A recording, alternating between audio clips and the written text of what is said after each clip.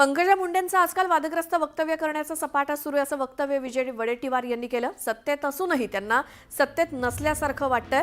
सत्तेविरोधात त्यांची भूमिका असते असंही ते म्हणालेत।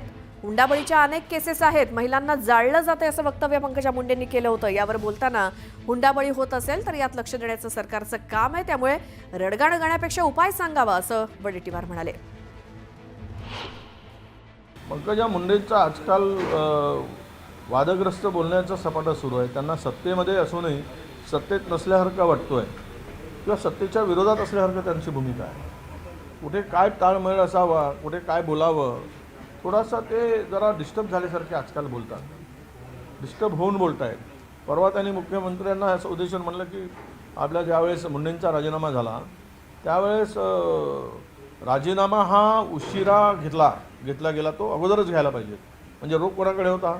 मुख्यमंत्र्यांच्याकडे होता। याचा अर्थ स्पष्ट आहे की टार्गेट मुख्यमंत्री आहेत का? हुंडाबळी कोणाचं काम आहे? सरकारचं काम आहे ना। हुंडाबळी जर होत असेल तर पोलीस काय झोपले आहे काय? आणि त्या मंत्री आहेत, त्यांचं काम काय आहे? मंत्रिपदाची खुर्चीवर बसणं आणि म्हणजे खुर्ची मिळवण्यासाठीचा आटापिटा होता काय? की महिलांच्या या सगळ्या गोष्टीमध्ये लक्ष घालून महिलांची सुरक्षा कशी होईल? आज महिला जागतिक दिवस आहे, त्या दृष्टीनं त्यांनी सांगायला पाहिजे। रडगाणं सांगण्यापेक्षा उपाय सांगून कारवाई काय होईल हे सांगण्याची आवश्यकता आहे।